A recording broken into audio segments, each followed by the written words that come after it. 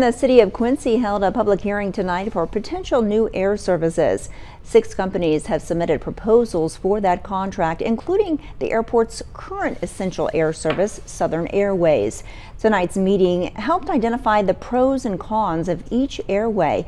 Leaders say the decision ultimately comes down to 2 types of passengers leaving Quincy: employees who travel by jet and those who want connecting flights to Chicago or St. Louis. I believe that there's several airlines here among this stack of airlines that it's going to provide a positive to Quincy. We got to talk about the subtle differences between them, and I think we can make a good decision for Quincy. The other 5 airlines under consideration are Boutique Air, Contour Airlines, SkyWest, Air Wisconsin, and Cape Air, which previously had a contract out of Quincy.